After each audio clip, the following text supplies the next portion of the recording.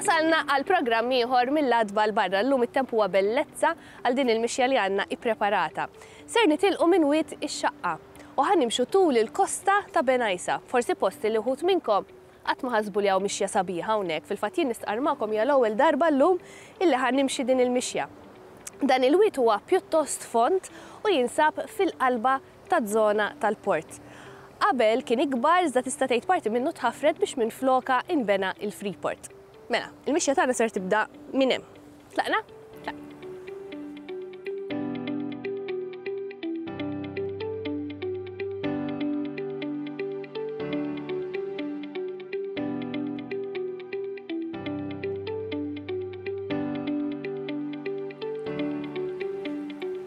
Nibdew billi ninnutaw li l-ġeoloġija ta' din il-kosta hija ferm interessanti fejn ħanaraw bosta erin differenti. Dawn ta' warajja huma sbieħ però huma pjuttost żgħar. Matul din il-mixja ħanaraw oħrajn ikbar, bħal pereżempju Arħasan. L-erin jiffurmaw b'mod naturali meta l-ilma tax-xita jipperkola ġol-blat u mbagħad wara ħafna u ħafna snin titrabba din il-ħofra li aħna naraw bħala qar. Issa minn hawnhekk il-mixja tagħna ser tkompli fejn ħanitilgħu il fuq, ħammorru lejn triq fil-kampanja waħda mill-ftit li baqa' f'din iż-żoni biex imbagħad ħanaslu lejn il-fortizza ta' Benajsa. Tlaqna?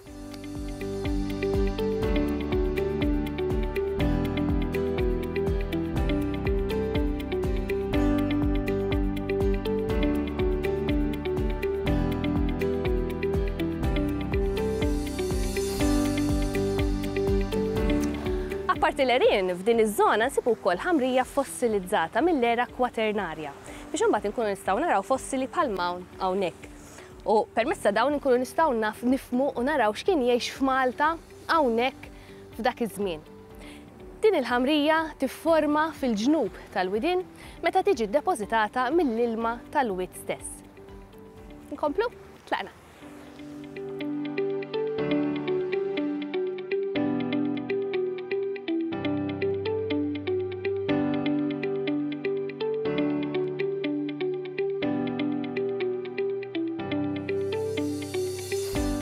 Din il-fortizza poligonali f'Birzebbuġa inbniet bejn l-1910 u l-1912 mill-Ingliżi. Kienet tifforma parti minn katina ta' fortifikazzjonijiet li l-għan tagħha kien illi jipproteġu l-port ta' Marsaxlokk. Dan flimkien mal-forti dell'Imara, forti tas Silġ, il-forti San Luċjan u Pinto wkoll il-batteriji ferretti tul il-kosta. L-irdumijiet fuq in-naħa tal-baħar kienu wkoll jiffurmaw parti mill-perimetru difensiv ta' din il-forti. Din il-fortizza kienet l-aħħar waħda poligonali illi bnew l-Ingliżi f'Malta. Illum din il-fortizza qiegħda għand il-privat u għalhekk mhijiex aċċessibbli għall-pubbliku. U jkollna ngħidu wkoll li kemm il-fortizza kif ukoll l-inħawi tal-madwar għandhom bżonn daqsxejn attenzjoni forsi anke riabilitazzjoni, però il-gatehouse u l-foss tan-naħa tax-xatt jinsabu f'qagħda diċenti.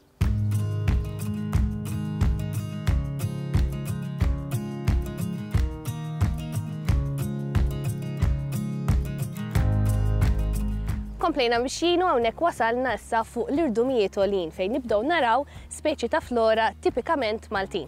Bħal xorbett u xebb dan tal-aħħar huwa arbuxell endemiku Malti.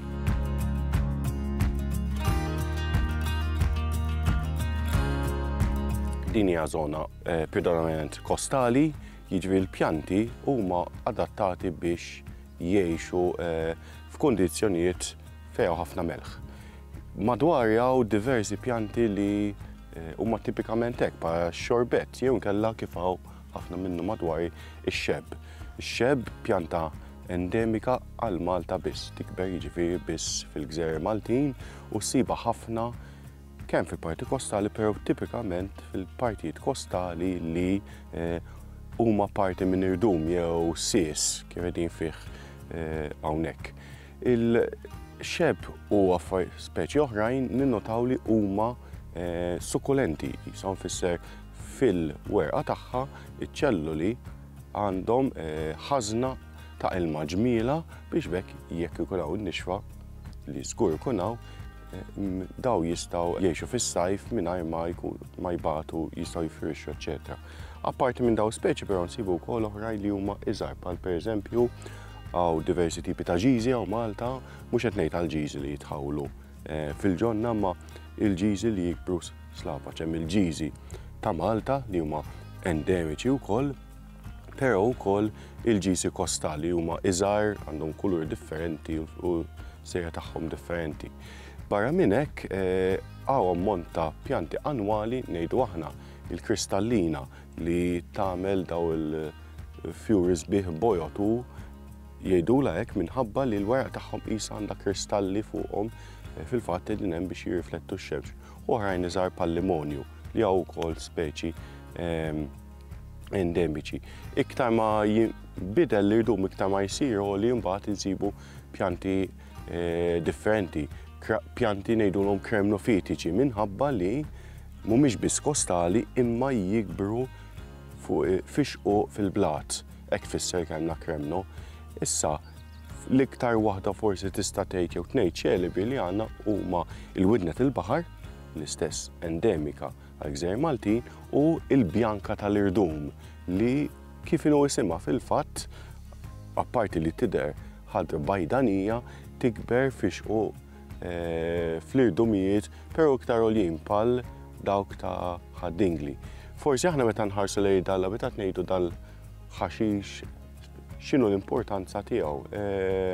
Ovvjament l-ekoloġija tibda mill-pjanti li huma il-produtturi primarji tal-ikel li mbagħad jagħtu servizzi lill-annimali u speċi oħrajn u minn hemm tifforma l-ekosistema kollu. Jiġifieri l-importanza li jkun hawn żoni ħodor bħal din u li jibqgħu mhux biss bi pjanti imma bi pjanti indiġeni u endemiċi huwa importanti ħafna. Żoni informali li wieħed jista' jgawdi. L-importanti wkoll ovvjament li aħna narfu jkollna kuxjenza fuqhom u nħallhom kif huma mhux nagħmluhom kollha jew jisu ġnien jew binjew, eccetera, eccetera.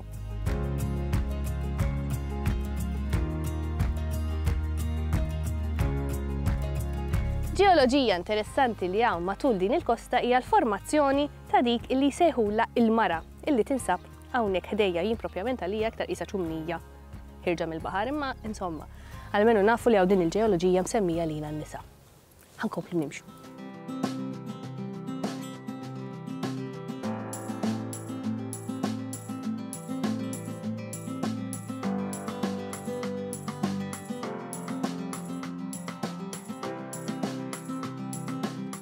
Tul din il-mixja ninnutaw ukoll din iż-żona li hawn ħdejja mimlija pannelli solari.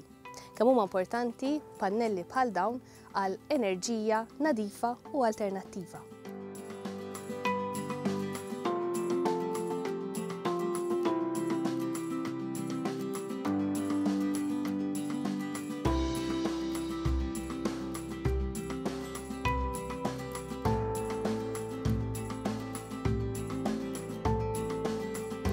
Hawnhekk wasalna fiż-żona ta' Ar Ħasan, però apparti dan l-ar insibu għerin oħrajn, bħala rinnaċ u għar ir-riħ.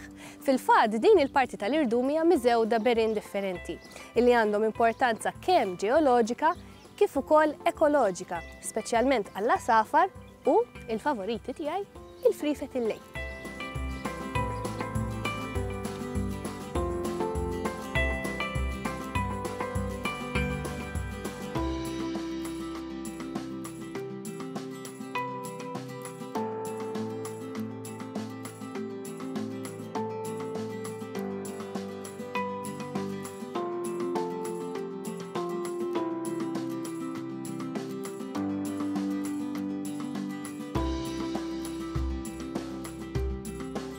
Dan l-ar għandu leġenda marbuta miegħu illi għandha diversi verżjonijiet, però f'kull verżjoni l-karattru prinċipali huwa Saraċin illi huwa magħruf ukoll bħala Ħasan.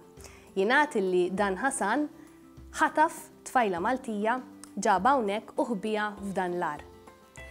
Malli saru jafu n-nies tal-lokal dawn irrabjaw, ovvjament, u ġew hawnhekk biex jattakkaw kemm l-ar kif ukoll lil Ħasan. Ħasan malli sar jaf ta' beżżieħ illi kien tista' tgħid biex ma jinqabadx tefa' li tfajla Maltija għal ġol baħar u għamel suwiċidju billi qabeż minn fuq l-irdum għal isfel. Kif taraw din l-istorja ma tantx kellha xi tmiem feliċi. Issa, Nidħlu ġewwa forsi naraw insib xi farfetti llejl.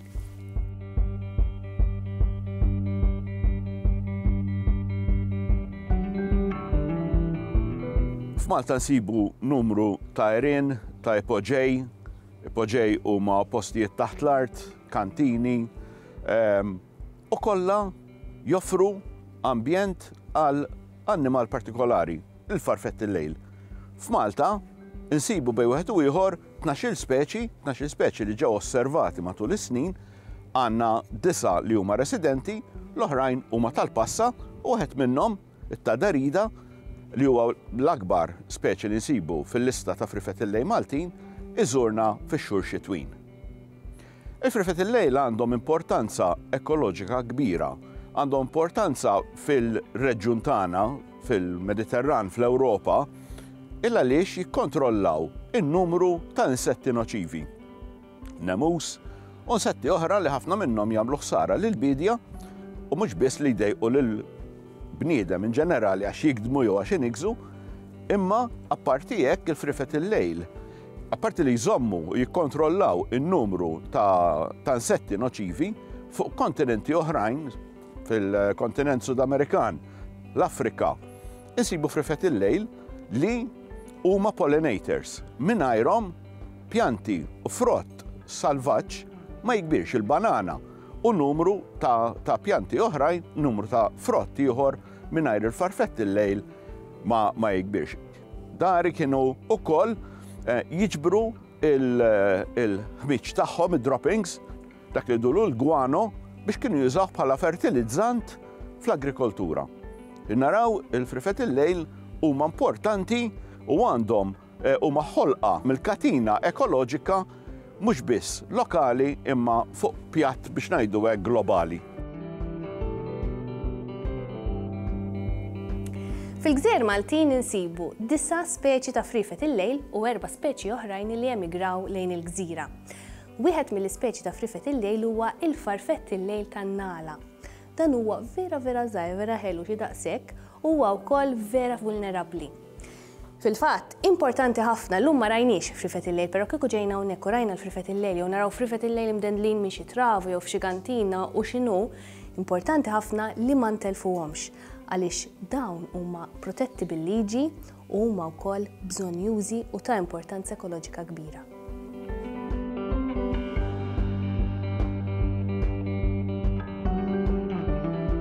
Fl-għerien tagħna, inkluż Arħasan Warajja, insibu bej wieħed u ieħor 4 speċi ta' frifett il-lejl.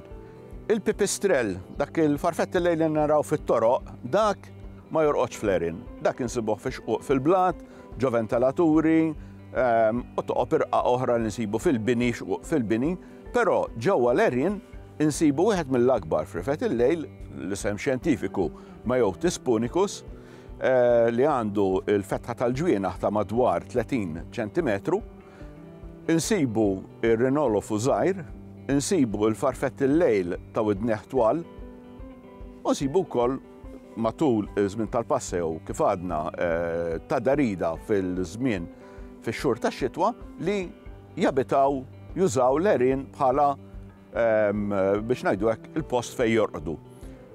Apparti hekk ukoll uħud minnhom bħal Mayotis bħal rinolofu jużaw l-għerien ukoll bħala nursery, ċoe fejn in-nisa iweldu l-frieħ u iħallu l-frieħ wara ftit ġranet li jkunu qegħdin itiru magħhom, iżommuhom qabdin magħhom, meta jikbru ftit u mbagħad ma jkunux jitqalu biex ngħidu hekk u ma jkunux jistgħu jġorruhom, iħalluhom f'nursery. Il-frieħ kollha jkunu flimkien. Ħasra illi tul is-snin il-popolazzjoni ta' frifett il-lejl fil-Gżejjer Maltin qiegħda tonqos, naqset ħafna. Mis-snin 80 sal-lum il-ġurnata naqset kważi b'80%. Il-popolazzjoni li kien hawn ta' Mayotis fil-Farħasan biex ngħidu kważi nqerdet għal kollox minn popolazzjoni ta' 100-150 individwu fis-snin 80 bidu ta' snin 90 illum bil-kemm tara wieħed hawn ġew. F'ċertu postijiet għadek issib imma Arħasan sfortunatament naqsu ħafna. Il-fatt li huwa magħluq jagħti lok biex frifett il-lejl jerġgħu jikkolonizzaw il-Arħasan u anke siti oħrajn fil-madwar.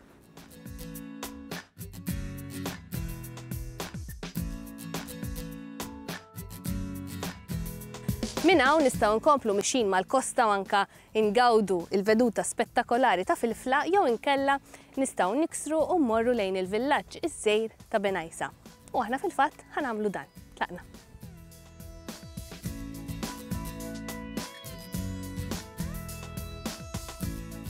Aħna komplejna mixin u wasalna viċin il-villaġġ ta' Benajsa, issa ħanaddu minn din it-triqqa ħelwa u ħanispiċċaw f'Misraħ Pietru Pawl Sajdon. Tlaqna.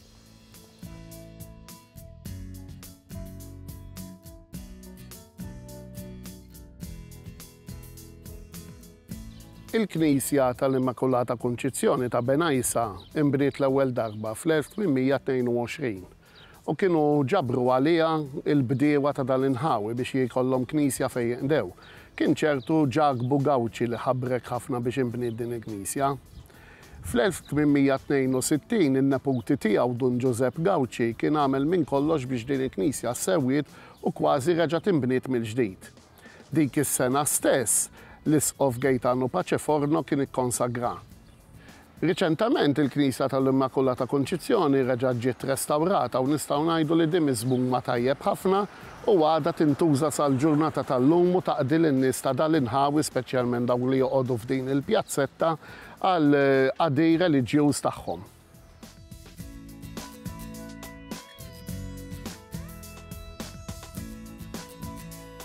Sajdon kien qassis miż-Żurrieq. Kien ukoll espert tal-lingwa Maltija u diversi lingwi oħrajn, kif ukoll espert tal-Bibja.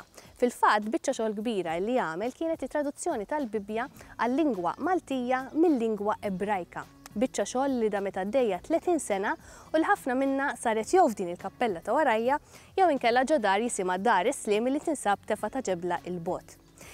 Din il-kappella ħelwa li hija warajja għandha 200 sena u hija dedikata lill-Immakulata Konċizzjoni.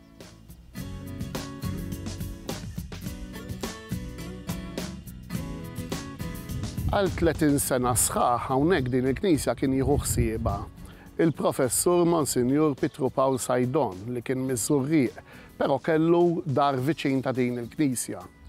Sajdon jiqpa' magħruf għax kien dak il-bniedem li qaleb għal Malti il-Bibja. Il-ktib tal-Bibja sa dak iż-żmien kien bil-Latin jew bit-Taljan u Sajdon kien dak li qalbu għal Malti biex bekk seta' beda jiġi jintuża waqt il-quddies u l-qari tal-iskrittura seta' jsir bil-Malti. Monsinjur Pietru Pawl Sajdon kien bniedem interessanti ħafna, kien bniedem għaref ħafna u kien studjuż kbir. Fil-fatt kien jgħallem ħafna nies anke fl-Università ta' Malta. Illum il-ġurnata nsibu monument tiegħu kif inhu xieraq li jfakru ġewwa Żurrieq raħal twelidu u nistgħu ngħidu kien bniedem li anke meta kienu għaddejjin turbulenzi qawwijin bejn ir-reliġjon u l-istat f'pajjiżna kien wieħed minn dawk li dejjem tkellem biex kemm jista' jkun l-inkwiet li kien hemm bejn l-istat u l-Knisja jittaffa kemm jista' jkun.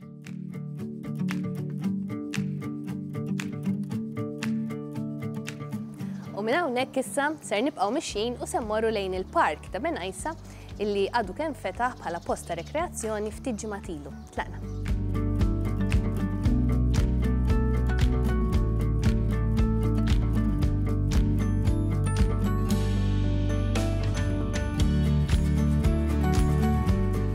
U hawnhekk wasalna il-park ta' Benajsa. Dan il-park infetaħ ftit ilu biex jitgawda mill-familji Maltin.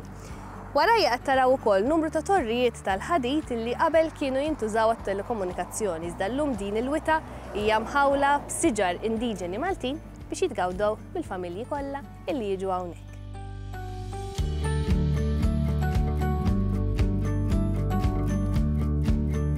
Ġewwa Benajsa, park tal-familja importanti ħafna għan-naħa t'isfel tal-pajjiż, mod partikolari għaż-żona ta' Birzebbuġa.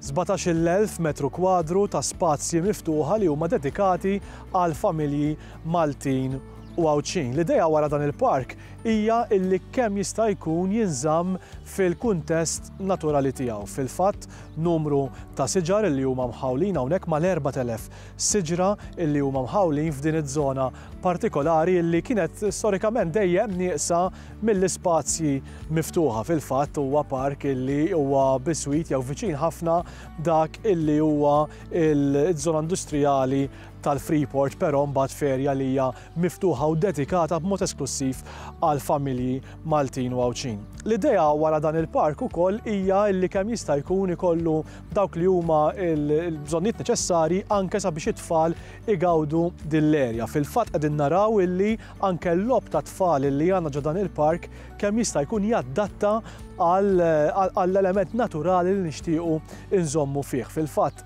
il-lob ta' tfal li għandna bħalissa u li ħankunu qegħdin inżidu fil-futur qarib huma kollha lob illi kemm jista' jkun jinvolvu l-element ta' attività illi nixtiequ naraw fit-tfal tagħna. Fil-futur ukoll, fil-futur qarib qegħdin naraw li dan il-park jiġi estis ukoll, estis mhux biss fiż-żoni tiegħu imma anke fl-użu tiegħu. Fil-fatt qegħdin naraw din f'diskussjonijiet bħalissa wkoll sabiex naraw li dan il-park imbagħad naddattawh għal bżonnijiet bħal pereżempju dawk li huma ta' dawk in-nies illi iħobbu il-campings. U fil-fatt dan is-sajt ġewwa Benajsa jista' jkun adattat għalhekk ukoll. Qegħdin ukoll f'diskussjonijiet mal-komunitajiet tal-madwar, b'mod partikolari fil-komunità ta' Birżebbuġa sabiex naraw illi f'dan il-park hawnhekk ikun hemm dejjem kemm jista' jkun ħajja ġdida. Fil-fatt anke hawnhekk qegħdin naraw illi mal-Gear Guides b'mod partikolari ta' Birżebbuġa ikonna żona illi tkun kemm jista' jkun dedikata għalihom u għall-attivitajiet illi jagħmlu huma, speċjalment dawk illi għandhom x'jaqsmu man-natura u l-ambjent. Dan il-park mbagħad qiegħed jara numru ta' attivitajiet verament importanti fuq il-qafas soċjali. Fil-fatt 1200 siġra hawnhekk huma mħawlin grazzi għad-donazzjonijiet li saru miċ-ċittadini Maltin u Għawċin għal Puttinu Cares. U aħna naħseb wara mixja bħal dik ninsorġi ftit fuq dan il-bank ħanistrieħ u l-mixja tagħna għallum tispiċċa hawnhekk. Il-fatt kurjuż tal-lum. Biex taħraq ikla tajba għandek bżonn timxi 20 kilometru. Insomma, dak jiddependi xi tkun kilt. Mela aħna niltaqgħu fil-programm li jmiss fejn ħanimxu minn Witt Moqbol u nibqgħu sejrin sa Żurrieq. Narakom!